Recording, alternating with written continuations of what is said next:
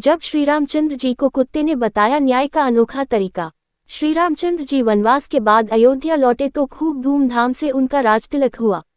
बड़े सम्मान के साथ उन्हें अयोध्या का राजा बनाया गया। राजगद्दी पर बैठने के बाद उन्होंने लक्ष्मण जी को आदेश दिया हुआ था कि भोजन करने से पहले देखो हमारे द्वार पर कोई भूखा तो नहीं है। एक दिन की बात है, लक्ष्मण जी ने श्री रामचंद्र जी से कहा, मैं अभी आवाज लगाकर आया हूँ, कोई भी भूखा नहीं है।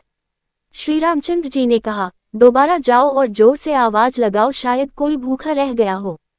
Single quote. श्री रामचंद्र जी का आदेश पालन करते हुए लक्ष्मण जी दोबारा बाहर गए और उन्होंने जोर से आवाज लगाई तो कोई आदमी तो नहीं वरन एक कुत्ते को लक्ष्मण जी ने रोते हुए देखा। अंदर आकर उन्होंने श्री रामचंद्र जी से कहा, बाहर कोई व्यक्ति भूखा नहीं है बल्कि एक कुत्ता अवश्य रो रहा है।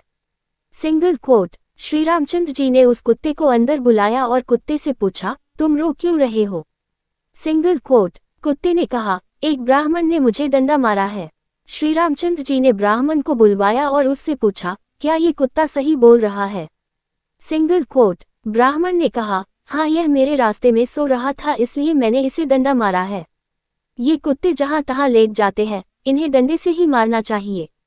श्री रामचंद्र जी समझ गए कि ब्राह्मण की ही गलती है, परंतु ब्राह्मण को क्या कहे, सो उन्होंने कुत्ते को पूछा, ब्राह्मण ने तुम्हें डंडा मारा तो तुम क्या चाहते हो? Single coat. कुत्ते ने कहा, भगवान इसे मठाधीश बना दिया जाए। कुत्ते की बात सुनकर भगवान मुस्कुरा दिए और मुस्कुराते हुए कुत्ते से पूछा, इस ब्राह्मण ने तुम्हें डंडा मारा, बदले में तुम इन्हें मठाधीश बनाना चाहते हो।